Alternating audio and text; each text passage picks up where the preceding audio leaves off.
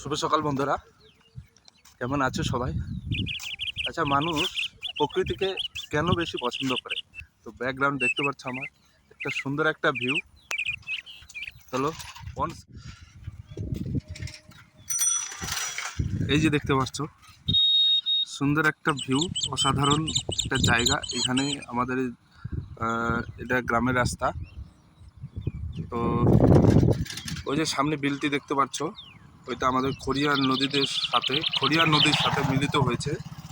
তো এখন বর্ষাকাল, এইখান দিয়ে যত গাছগাছালি দেখতে পাচ্ছ এই ক্ষেতে পুরো জল ভরে যায়, ঠিক আছে? তো যখন বর্ষাকাল প্রচণ্ড পরিমাণে বৃষ্টি হয় তখন এই জায়গাটা পুরো জল ভরে যায়।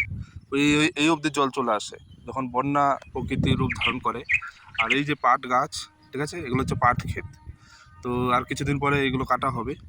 তো আকাশটা দেখো কত সুন্দর একটা লোকেশন।